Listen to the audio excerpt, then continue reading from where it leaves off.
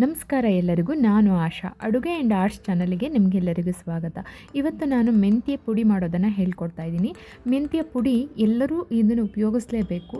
ಯಾಕಂತಂದರೆ ಇದು ಎಲ್ಲರಿಗೂ ಯೂಸ್ ಆಗುವಂಥದ್ದು. 40 ವರ್ಷದ ನಂತರ ಹೆಣ್ಮಕ್ಳಿಗೆ ಈ ಜಾಯಿಂಟ್ಸ್ ಪೇನ್ ಎಲ್ಲ ಬರ್ತಾ ಇರುತ್ತಲ್ಲ, ಅದಕ್ಕೂ ತುಂಬ ಒಳ್ಳೆಯದು. ಶುಗರ್ ಇದ್ದವರು ಕೂಡ ಇದನ್ನು ಬಳಸ್ಬೋದು. ಚಿಕ್ಕ ಮಕ್ಕಳಿಗೆ ಕೂಡ ಕೊಡಬಹುದು. ಇದನ್ನು ತುಂಬ ಟೇಸ್ಟ್ ಆಗಿರುತ್ತೆ. ಒಂದು ಸಲ ಈ ರೆಸಿಪಿನ ಟ್ರೈ ಮಾಡಿ. ಹಾಗೆ ನನ್ನ ಚಾನಲ್ನ ಸಬ್ಸ್ಕ್ರೈಬ್ ಮಾಡಿ. ಈ ರೆಸಿಪಿ ಮಾಡೋಕ್ಕೋಸ್ಕರ 4 ಥರದ್ದು ಬೇಳೆಗಳನ್ನು ತೊಗೊಂಡಿದ್ದೀನಿ.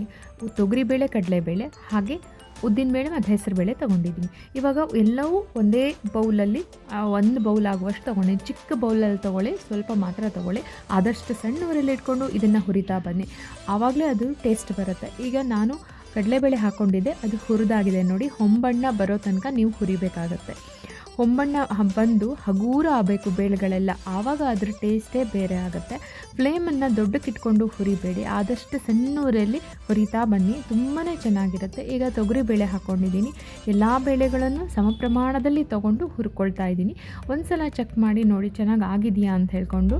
ಆದಷ್ಟು ನಾನು ಮೊದಲೇ ಹೇಳ್ದಂಗೆ ರುಚಿ ಬರಬೇಕು ಅಂತಂದರೆ ಆದಷ್ಟು ಸಣ್ಣ ಉರಿಯಲ್ಲಿ ಇಟ್ಕೊಂಡು ಹುರ್ಕೋಬೇಕಾಗತ್ತೆ. ಇವಾಗ ಉದ್ದಿನ ಬೇಳೆನ ಹಾಕ್ಕೊಳ್ತಾ ಇದ್ದೀನಿ. ಇದು ಹಳೆ ಕಾಲದ ಒಂದು ಅಡುಗೆ. ಇದನ್ನು ಏನು ಮಾಡಿದ್ದಾರೆ ಅಂತಂದರೆ ಮರ್ತೋಗ್ಬಿಟ್ಟಿದ್ದೀವಿ ಅದನ್ನು ಬೇರೆ ಬೇರೆ ಹೊಸ ರೆಸಿಪಿಗಳ ಮಧ್ಯೆ ಇದು ಕಳೆದೋಗ್ಬಿಟ್ಟಿದೆ. ಇದನ್ನು ಮತ್ತೆ ವಾಪಸ್ ನೀವು ಮಾಡಿದರೆ ನಿಮ್ಮ ಆರೋಗ್ಯ ಕೂಡ ಸುಧಾರಿಸುತ್ತೆ. ವಾರಕ್ಕೆ 3 ದಿನ ಆದರೂ ತುಪ್ಪದನ್ನ, ಅದು ಮೆಂತ್ಯ ಪುಡಿ ಹಾಕ್ಕೊಂಡು ತುಪ್ಪದನ್ನ ತಿಂತಾ ಬನ್ನಿ, ತುಂಬಾ ಆರೋಗ್ಯ ಚೆನ್ನಾಗಿರುತ್ತೆ. ಎಲ್ಲ ಡಾಕ್ಟರ್ಸು ಹೇಳೋದೇನಂತಂದರೆ ಆದಷ್ಟು ತುಪ್ಪವನ್ನು ಬಳಸಿ ಅಂಥೇಳಿ. ಆಕಳ ತುಪ್ಪನೂ ನೀವು ಬಳಸಿದ್ರೆ ಇನ್ನೂ ಆರೋಗ್ಯ ಒಳ್ಳೆಯದು. ಇವಾಗ ನೋಡಿ, ನಾನು ಯಾವ ಬೌಲಲ್ಲಿ ಬೇಳೆ ತೊಗೊಂಡಿದ್ನಲ್ಲ, ಅದ್ರ ಬೌಲಲ್ಲಿ ಅರ್ಧ ಮಾತ್ರ ಇಲ್ಲಿ ನಾನು ಧನಿಯಾ ಕಾಳುಗಳನ್ನು ತೊಗೊಂಡಿದ್ದೀನಿ. ಅದನ್ನು ಆದಷ್ಟು ಸಣ್ಣ ಊರಲ್ಲಿ ಹುರ್ಕೊಳ್ತಾ ಇದ್ದೀನಿ. 50 ವರ್ಷ ಆದ ತಕ್ಷಣ ಡಾಕ್ಟರ್ ಹೇಳ್ತಾರೆ ಎಣ್ಣೆ ತಿನ್ನಬೇಡಿ, ಕೊಲೆಸ್ಟ್ರಾಲ್ ಆಗುತ್ತೆ, ತುಪ್ಪ ತಿನ್ನಬೇಡಿ ಅಂತ ಹೇಳ್ತಾರೆ. ಅದಕ್ಕಿಂತ ಮುಂಚೆನೇ ನಾವು ತುಪ್ಪವನ್ನು ಈ ರೀತಿಯಾಗಿ ಮೆಂತ್ಯ ಪುಡಿ ಹಾಕ್ಕೊಂಡು ತಿಂತಾ ಬಂದರೆ ಆರೋಗ್ಯ ತುಂಬ ಚೆನ್ನಾಗಿರುತ್ತೆ. ತುಪ್ಪದ ಜೊತೆಗೆ ಮೆಂತ್ಯ ಹುಡಿ ಕೂಡ ಆರೋಗ್ಯಕ್ಕೆ ತುಂಬ ಒಳ್ಳೆಯದು. ಇವಾಗ ನೋಡಿ, ಅರ್ಧ ಕಪ್ಪಷ್ಟು ಗೋಧಿ ಹಾಕ್ಕೊಳ್ತಾ ಇದ್ದೀನಿ. ಗೋಧಿ ಕಲರ್ ಚೇಂಜ್ ಆಗ್ತಾ ಇದ್ದಂಗೆ ಪಟಪಟ ಅಂತ ಸೌಂಡ್ ಬರಲಿಕ್ಕೆ ಸ್ಟಾರ್ಟ್ ಆಗುತ್ತೆ. ಅದು ಹಾಗೆ ಬರಬೇಕು, ಮತ್ತು ಹಗೂರ ಆಗಬೇಕು ಗೋಧಿ. ನೋಡಿ, ಈ ಥರ ಪಟಪಟ ಅಂತ ಸಿಡಿದಿದೆ. ಹಾಗೆ ಸಿಡಿದಾದ ತಕ್ಷಣ, ಕಲರ್ ಚೇಂಜ್ ಆದ ತಕ್ಷಣ ಹಗೂರ ಆಗುತ್ತೆ. ಆದ ನಂತರನೇ ನೀವು ತೆಕ್ಕೋಬೇಕಾಗತ್ತೆ. ಗೋಧಿಯನ್ನು ಮಾತ್ರ 1 ಲಕ್ಷ ಇಟ್ಟು ನೀವು ಹುರ್ಕೋಬೇಕಾಗತ್ತೆ. ಇದು ಯಾವ ರೀತಿ ಹುರ್ಕೊಳ್ತಾ ಹೋಗ್ತೀವಿ ಆ ರೀತಿಯಲ್ಲಿ ಒಂದು ತಟ್ಟೆಗೆ ಹರಡ್ತಾ ಹೋಗಬೇಕು. ಅದು ಸ್ವಲ್ಪ ಆರಬೇಕು ಬೇಳೆಗಳೆಲ್ಲ. ಇವಾಗ 1 ಟೀ ಸ್ಪೂನ್ ಆಗುವಷ್ಟು ಜೀರಿಗೆ ಹಾಕ್ಕೊಳ್ತಾ ಇದ್ದೀನಿ.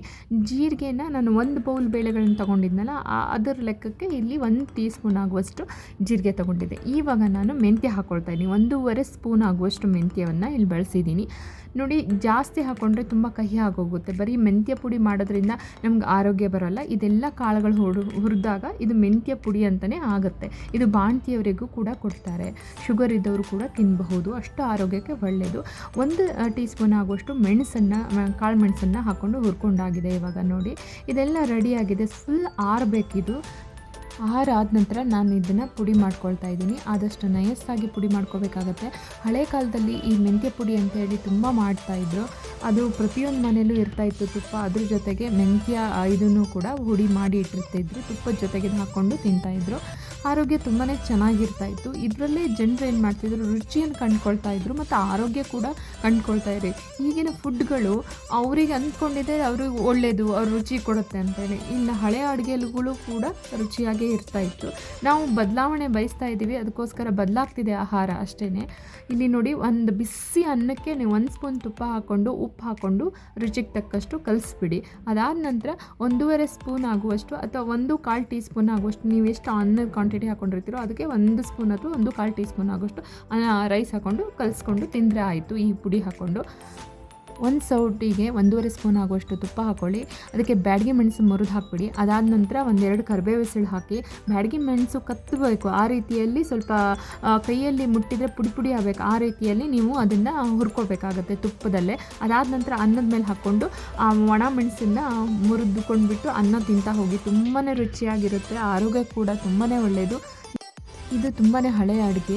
ಇದನ್ನು ಟ್ರೈ ಮಾಡಿ, ಆರೋಗ್ಯಕ್ಕೂ ತುಂಬ ಒಳ್ಳೆಯದು, ಬಾಯಿ ರುಚಿಗೂ ಒಳ್ಳೆಯದು. ಹಾಗೆ ನನ್ನ ಚಾನಲ್ನ ಸಬ್ಸ್ಕ್ರೈಬ್ ಮಾಡಿ.